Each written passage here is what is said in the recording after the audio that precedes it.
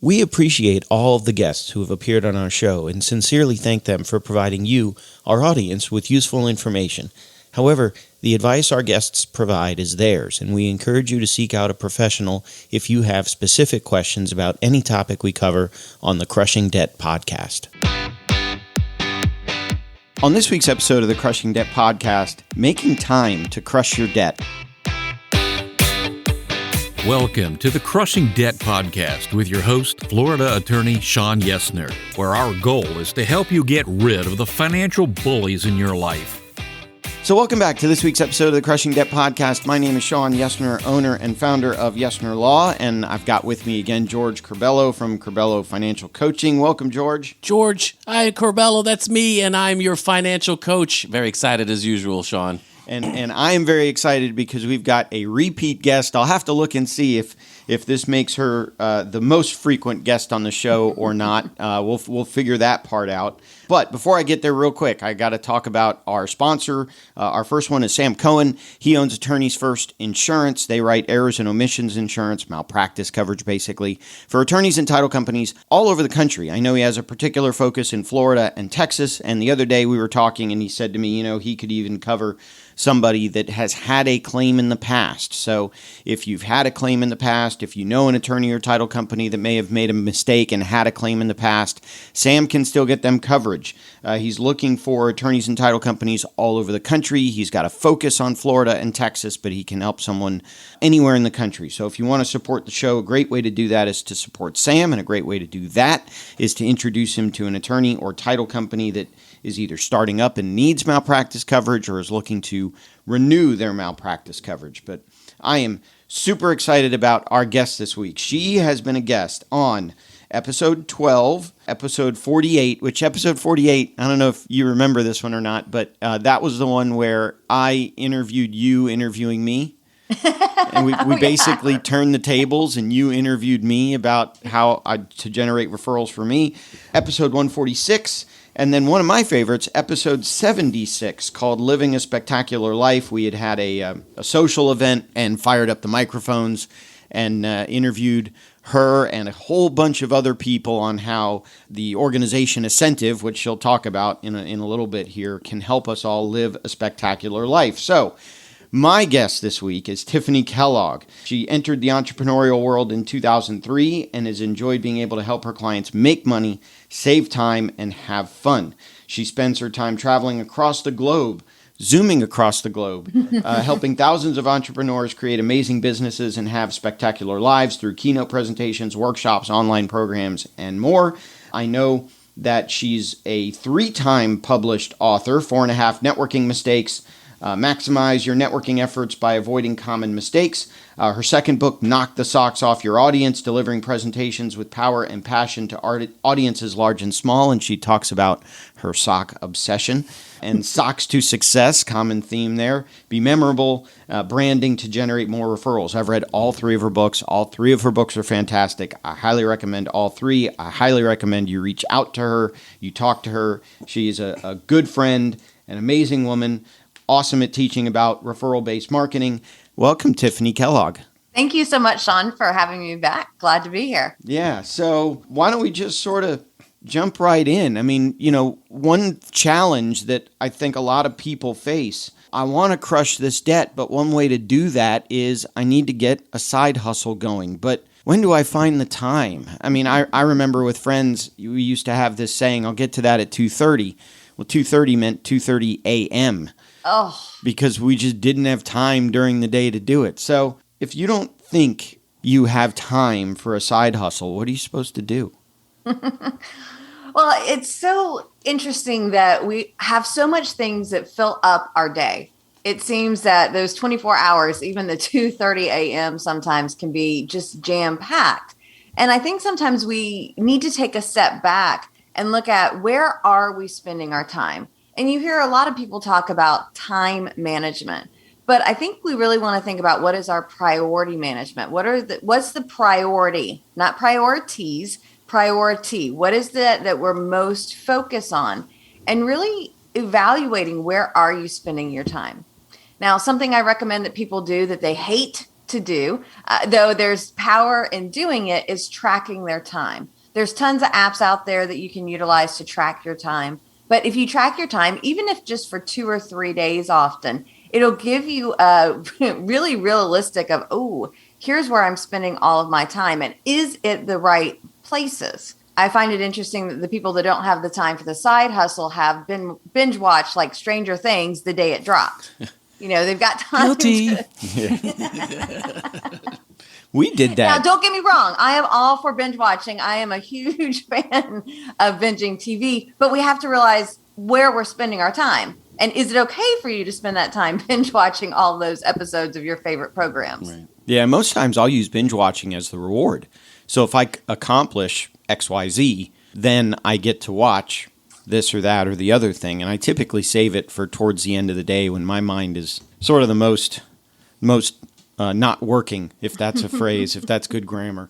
Is it a problem if it's in the morning time for me? I'm just trying to. No, I'm kidding. It's not as long as you know where you're spending your time. Right. I don't think there's an issue with it. It's when I've got these other things that I need to do, or I really want to get that side hustle. But if I'm spending 7 hours a day watching TV, whether it's the morning or the evening, whatever happens to work best for you, I like taking my lunch break and watching like an episode of something on TV so I can just kind of check out, because it's really easy as an entrepreneur to work all day.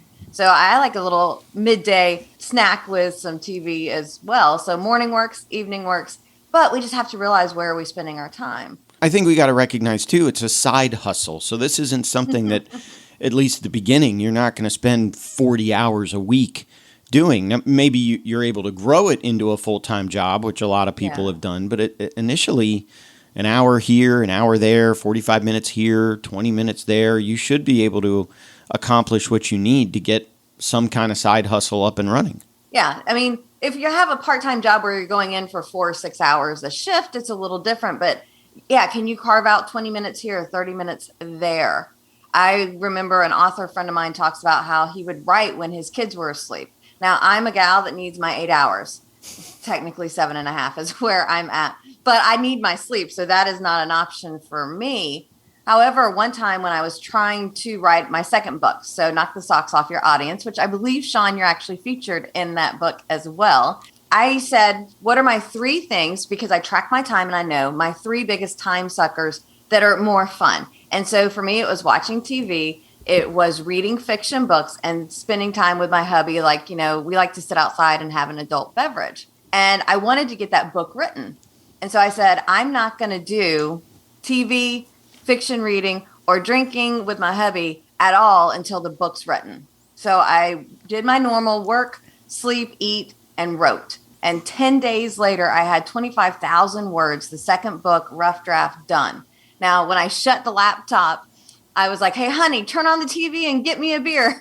I am ready to relax. But sometimes it's okay for us to be off balance on purpose. And so if you're doing this side hustle, instead of thinking I'm doing this forever, can you commit to a week or 2 where you're really focused on that? And then you have that reward time of the binge watching TV or whatever you like to do, spending time with your family. I've recently got a pair of new puppies, so I like to spend time with my puppies. That's my reward. I've talked a lot about my system on the show on previous episodes in terms of I have my monthly goal, and then what do I want to do this week to support the monthly, and what do I want to do today to support the weekly. And then I think when I first started, it was 10 things that I needed to do today, and I've since limited that to 6. But that came from you. So yeah, I think we did the 100-day challenge together where you make your list of 10 things that you do. Now I use the Ivy Lee method down to 6. But yeah, what are the important things? Right. And I typically can't go to sleep unless one of those 6 things is completed. That's how I run my day. So one of the things you talked about, time management. I mean, isn't time management kind of a myth? Yeah, it is about what is the priorities that you have. And I guess from the perspective of you manage your time with a calendar or something, but really it's more about the priorities and knowing what's important. And when you take care of those things first, then the time will flow. It's interesting. Most people are like, oh, I don't have time for this. I don't have time for that. Rarely have I worked with somebody, though, that doesn't actually have the time. They just have to align their priorities, what's most important first, second, third. And yeah, you might not get to do as much of the time wasting things, but you're getting done what you need to get done. And if it's, getting rid of that debt by a side hustle, that makes a huge difference. And then you'll just be happier. And it's not like you have to do it forever. The goal is to crush the debt. And so once you're out of the debt, you don't have to have as much going on. Yeah. Unless you just like to have more money, and then, you can keep on keeping on. Yeah. Well, and I think, George, that's a lot where you come in terms of, what I'm thinking is like you said, Tiffany, set goals, set rewards, not only rewards for when I finish X part of the side hustle project, I'm going to give myself a reward, but also when I hit this goal of paying down the next $1,000 of debt, cutting the debt in half, eliminating the debt entirely. Right. I'm going to set another goal to keep myself motivated to accomplish all this stuff. Correct. And I think that's, some of the importance in regards to the debt itself. It depends on how big the debt is too. Some of us, if it takes a month, 2 months, 6 months, some people have debts that could take a few years to address. So being motivated and finding that to break it up on a monthly basis is important to keep you motivated. Because again, if you're 6 months into the journey and doing a side hustle and it's 2:30 in the morning, let me tell you, you need a why to keep you up. You need a why to keep you motivated itself. So I think that's the one thing that I totally agree with both of you itself is kind of cut it up. The getting out of debt is the big thing. That's the big goal, right? But you need something to keep you like, hey, if I do this month, wow, great. I've done something good. And I think that's what you guys have looked to really emphasize as part of, again, the things that you're kind of saying there. Yeah. And keep it reasonable. In other words, I just paid off all my debt. I'm now going to book a 10 grand Hawaiian vacation on my credit card. That's not what I'm saying. No. Yeah, maybe part of the reward is, non-monetary rewards. Right. Netflix doesn't cost you a lot, so binging the show. Right. But yeah, the $10,000 vacation. Let's get out of debt so we can go back into debt. Well, and I know you've done a lot too, Tiffany, of not only the reward, but sometimes even the punishment. In other words, if I don't do X, then I have to blank. Do you have any examples of some of those things? Oh my gosh. So some of the consequences I've used before, if I don't hit a goal, so it's not necessarily money related, but there was one time I wanted to hit a certain weight. And so if I didn't hit a weight by the day that we were going on the cruise, I didn't get to go on the cruise that I was paying for my husband and all his family to go on. And so the consequence was I don't get to go on the vacation I'm paying for everybody. I was like, oh, heck yeah, I'm going to hit that weight goal. My first book was on my to-do list for 5 years, and I didn't want it to stay there. So I booked the book launch party before I had written any of the book. Now, I gave myself, I think, 10 months to write it, so plenty of time to get it done. But I was going to have a book launch party if there was a book or not. So I don't like to look bad. And so to have a party without the book would have been like the worst thing for me. And so coming up with these consequences. So, if your goal is I want to do this side hustle, one time it was, so I had a dog who needed his teeth brushed daily. And so we couldn't turn on the TV in the house until his teeth were brushed. And so, maybe it's you can't watch TV until you've done these 3 things for your side hustle. Or you're not allowed to have the sugar or the snack. Or if you're a coffee person or a beer person, you're not allowed to have that beverage that you prefer until you've done these things. And so you kind of set yourself up for, I really want this. Like I like to open my blinds for my plants, so I have to plank before I open the blinds. And that helps me plank on a daily. I've been doing it for 140 days in a row. Wow. So sometimes those consequences or habit stacking can be really powerful. What some people don't know is that without Tiffany, there would not be a Crushing Debt podcast. I remember Tiffany held me accountable. I said, I think I have this idea about launching a show, a podcast. It's fairly new and I don't know. And she held me accountable to do it. And I remember that if you go back and listen to episodes, we're in the 300s right now, but if you want to go find episodes like 1 through 5, I think, I'd committed to Tiffany that I was going to launch the show. And the day that I was scheduled to record that first batch of episodes, I had laryngitis.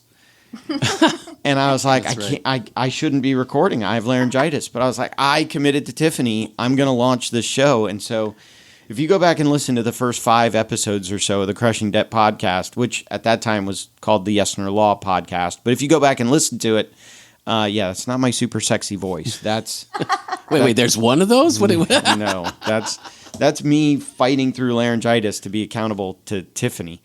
If someone wants to pick up one of the books, the website, TiffanyKellogg.com, Yes. and Amazon and all that stuff. They can get the Kindle version on Amazon.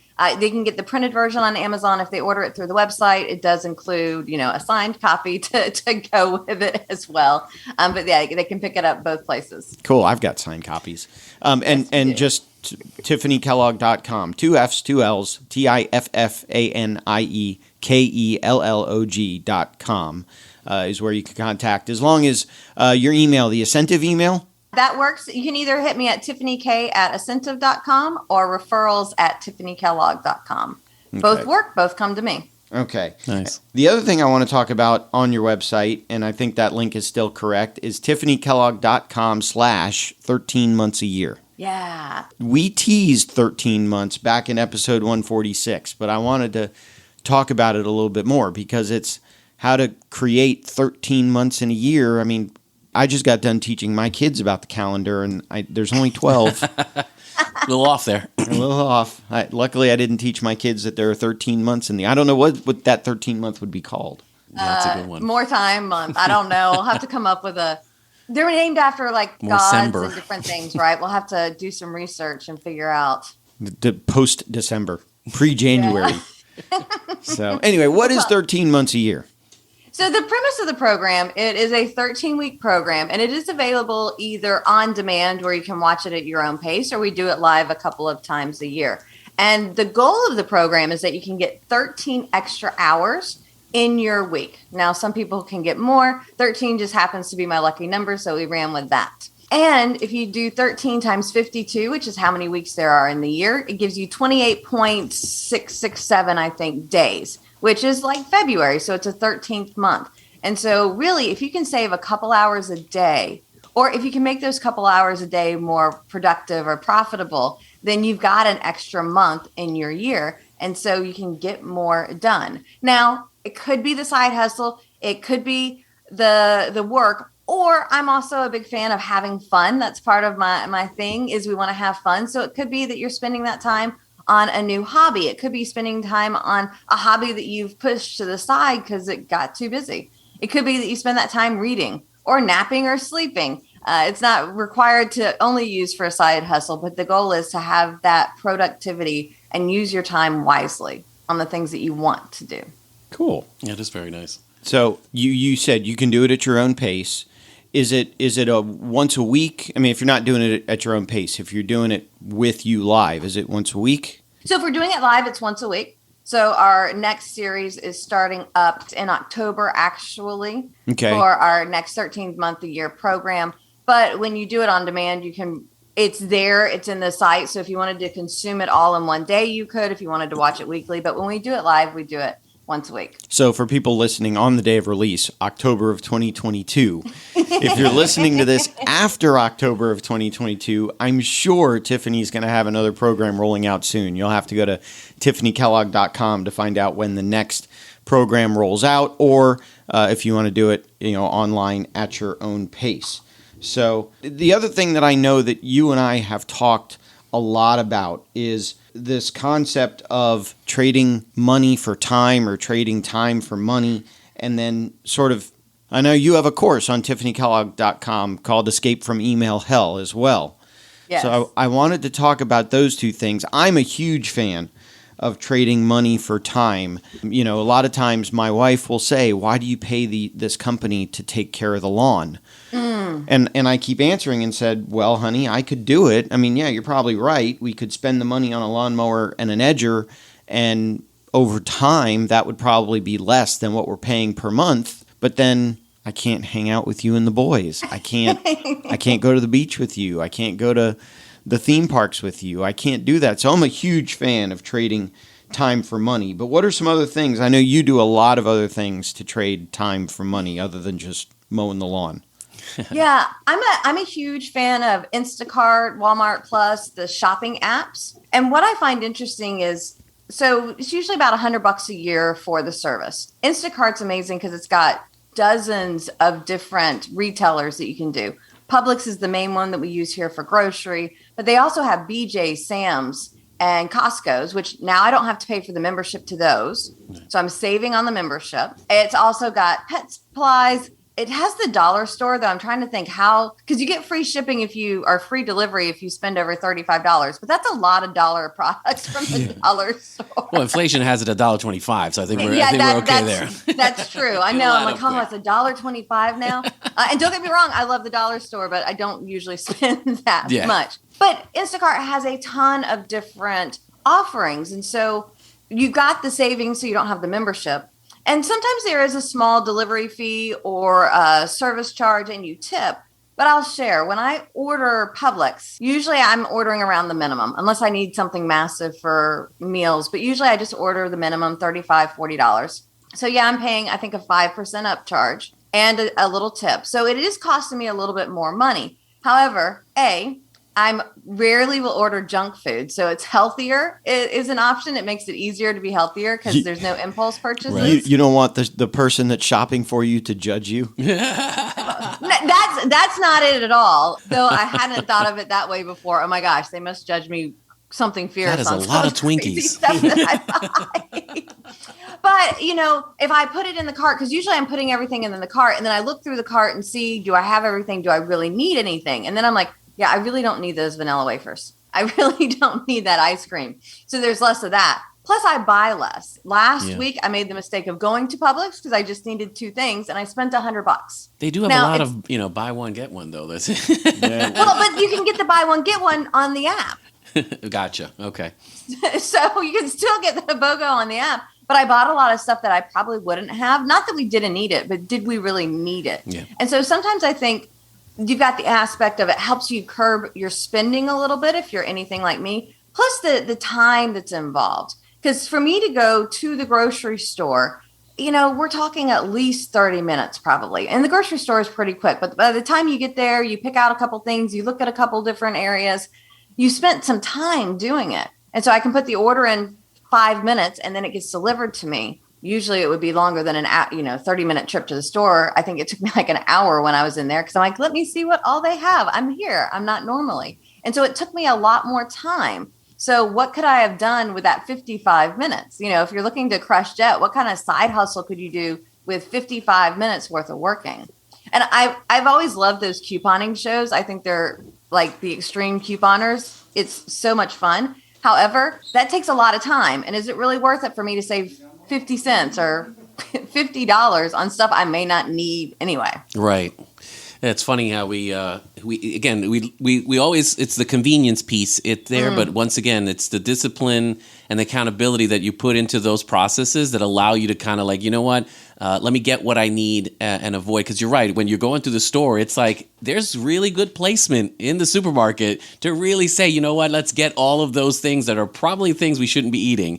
And I totally agree with you. My wife and I, it's more of the Target, right? We'll go, let's put it on there, get what we need and just get out. So I can't go to Target with my kids. Well, yeah. I'll spend $1,000 easy if I go into Target with my kids. I love it. Well, it's like going to Sam's. I could never get out of Sam's for less than $100 or $200. You'd always end up picking up. Oh, these days, Costco. I have a game that I play with my older son when he goes with me to Costco, and I say, okay, here's our limit. It's 150, 175, 200, whatever. And after we fill up the cart, we've got to figure out which one of us is closer to the limit, either over or under. He picks over, and he's right every time. Drives me crazy. One of the other things I was thinking, though, you talk about side hustles. So on the one hand, using Instacart and these types of services to save time or to use that time to make money instead of worrying about shopping, or saving time by saving money by saving on the grocery costs.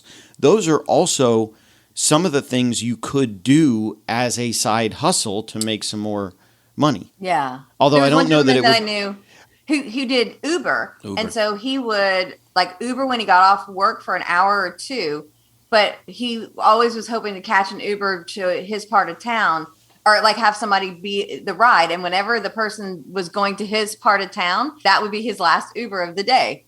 So he's like, I'm going to Uber for a couple of hours just right after work and then go.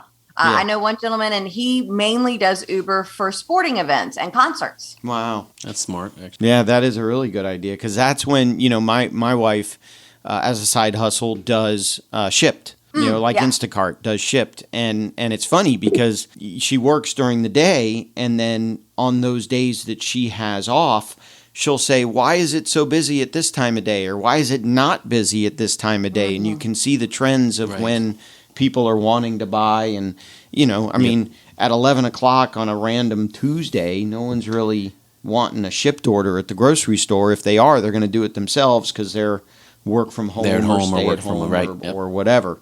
Let me ask a question in regards to the side hustle itself. So again, what do we tell, the folks itself that are using the side hustle to keep the lights on? Because I mean, I think that's, once again, the where we are in the economy and where people are using the side hustle to really just make ends meet, So I totally get the side hustle is an opportunity for us to be able to crush debt and use that. But, the folks that are using the side hustle to be like, what's the motivation? What's the things that we're trying to tell them? Because they're going to be like, oh, I'm working 2 jobs, 3 jobs, everything that's necessary just to make ends meet.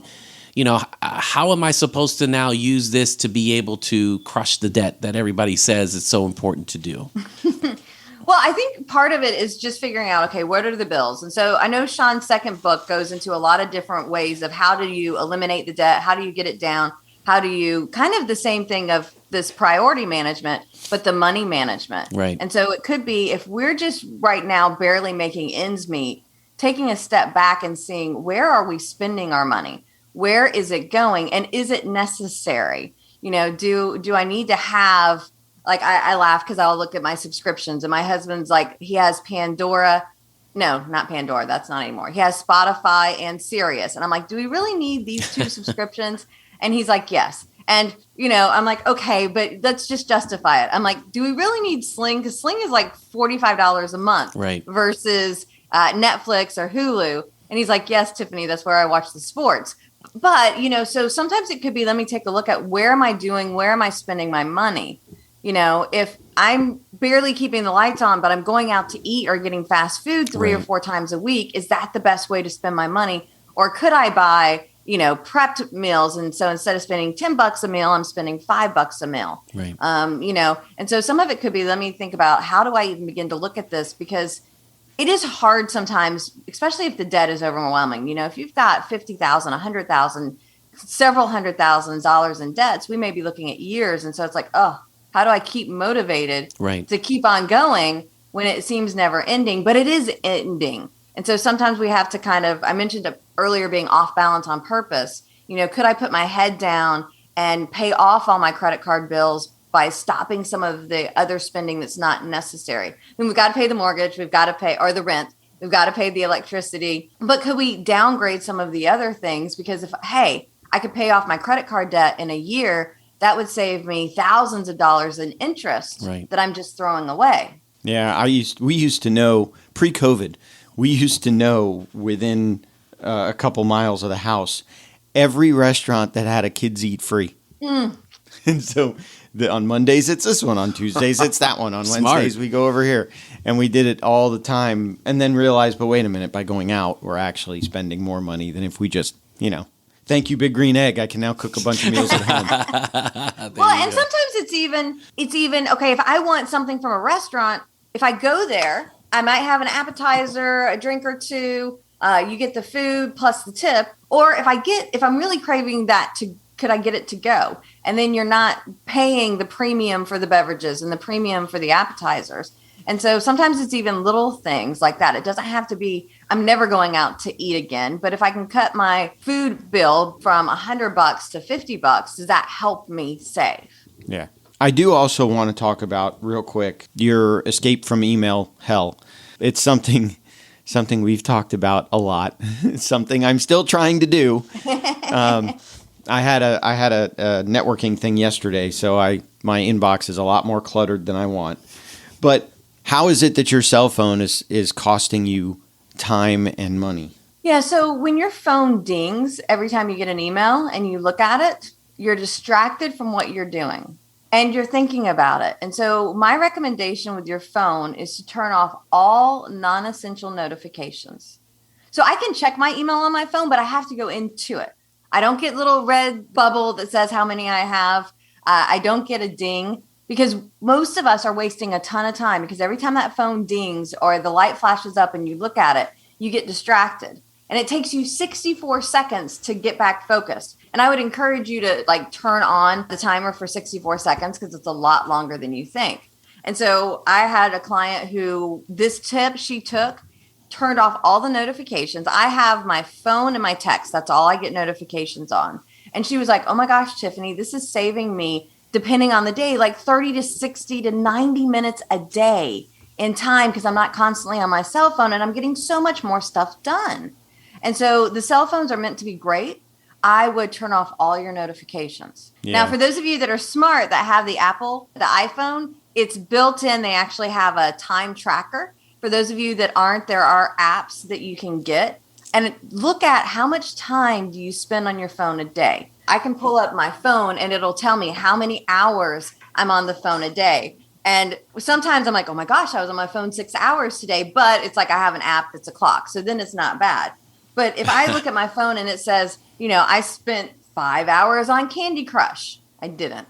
That could be where you're. That's my kid's phone. What are you talking about? Or Facebook. Like I didn't realize how much I was going to Facebook on my phone. I was a little annoyed with Facebook a couple of months ago. Just, how the world is nowadays. And something big had happened. And I'm like, screw this. I'm not going to get on Facebook on my phone for a while. So I moved the app to a different part of my phone. But it was crazy the number of times I ended up, because I put Twitter, like Twitter just took its place. And I don't really do Twitter. But there were several times in those first couple of days where I realized I had opened the Twitter app thinking I was going to Facebook without even thinking about it. And so I'm like, okay, I do not want to spend. It's an addiction because you're like, who said something? Let me go see. The dopamine in our brain really enjoy it. Maybe track the time on your phone. You don't actually have to do it, but it'll tell you things like the Apple phone, at least the iPhone. It'll tell me, like, I've been reading a book on the Kindle app. So that's what I've been doing a lot of. But it'll tell you how many times you pick up your phone. So I've picked up my phone 12 times today. We're recording at like 10 o'clock in the morning. But some people 12 times a day. I mean, that's, so I'm averaging. That's before 9 a.m. What are you talking about? Well, I'm up at 5 a.m. So I've been up for 5 hours. Yeah. So that's twice an hour I'm picking up my phone. That's much better. For some people, it's a lot more than 3, 4, 5 times an hour. Yep. Right. And it'll tell you what you open most often when you pick up. So there's really cool stuff. So your phone should be helping you, not hindering you. Yeah, I just want to give love to the Samsung users. We do have a built-in app to do the same thing as well. Okay. But I do a lot of podcast listening, especially to the Crushing Debt podcast. Yes, my favorite. I was going to say, if you and Rob are trying to decide between canceling, what'd you say, Sirius or Spotify, keep Spotify because that's where you can listen to the Crushing Debt podcast. I don't think you can listen on I listen Sirius. using the podcast app on the iPhone. Yeah, I'm an old timer as well. I use the Apple podcast app to listen to and all it's my not that podcasts. Spotify, I could still listen on Spotify. I just have to have commercials. He wants the non-commercial Spotify. Yeah, I don't know. Are there? Wow. I don't know. They still do commercials. And they probably insert them halfway through the show. I've never listened to my show on Spotify. I know that with the songs, they just play them in between the songs. I doubt they would insert it in the middle, but I don't know. I don't know if they've done some transitions. They do if it's 30 minutes, maybe 15 minutes, it'll throw in 1 minute. So if you're listening to the show on Spotify and it cuts out and gives you some random sponsor, I didn't get paid for that. I didn't have anything to do with that. That was all Spotify. Sorry. Before we wrap up, Tiffany, anything else? Anything I forgot to mention? Anything you wanted to add? Yeah, I just want to share. I do have a 5-day more time challenge that I run a couple of times a year. So if you go to bit.ly, so that makes it super easy because it's like bit.ly/TK more time. It'll take you to the page. So if you're listening in August, is when we do our next one. We start August 29th, but we host them a couple of times a year. And you can go to bit.ly/TK more time. And whichever the next 5-day challenge is coming up, you can pop into that and we'll get you some more time. Well, and I can tell you as a testimonial for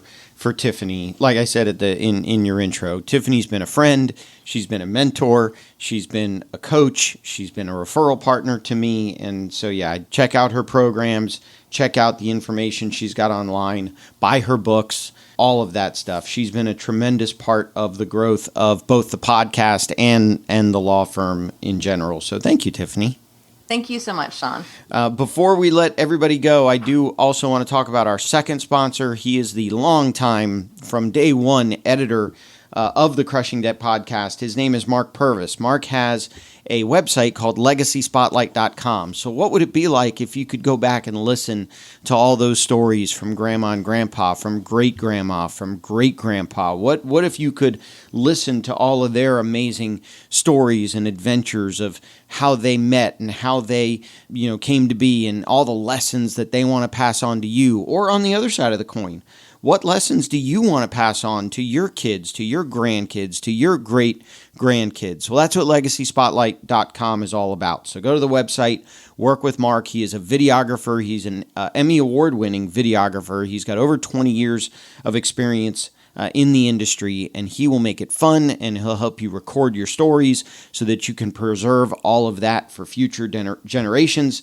So thanks again, Mark, for being such a good supporter of the show, and everyone visit legacyspotlight.com. But unless you got anything else, George, I think that's about it for today. No, it's a great meeting, Tiffany. I'm looking forward to reading the books because Sean obviously is a great promoter of your stuff. So whatever whatever's under the table stuff you guys are doing, my goodness, you got at least one more subscriber. So let's. But I do appreciate you and everything you do. Thank you, gentlemen, both for having me here today.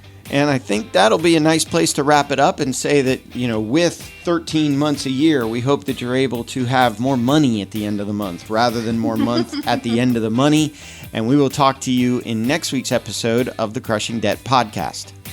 If you have questions that you think would make a great topic for a future episode, please email Sean or connect with us on social media. Sean Yesner and Yesner Law, PL, are Florida licensed attorneys. The information contained in this week's episode is not a substitute for legal advice. Your situation may differ, especially if you are located somewhere other than the state of Florida. If you have questions, please contact our office or contact a local attorney. Thank you for listening to this week's episode of the Crushing Debt Podcast.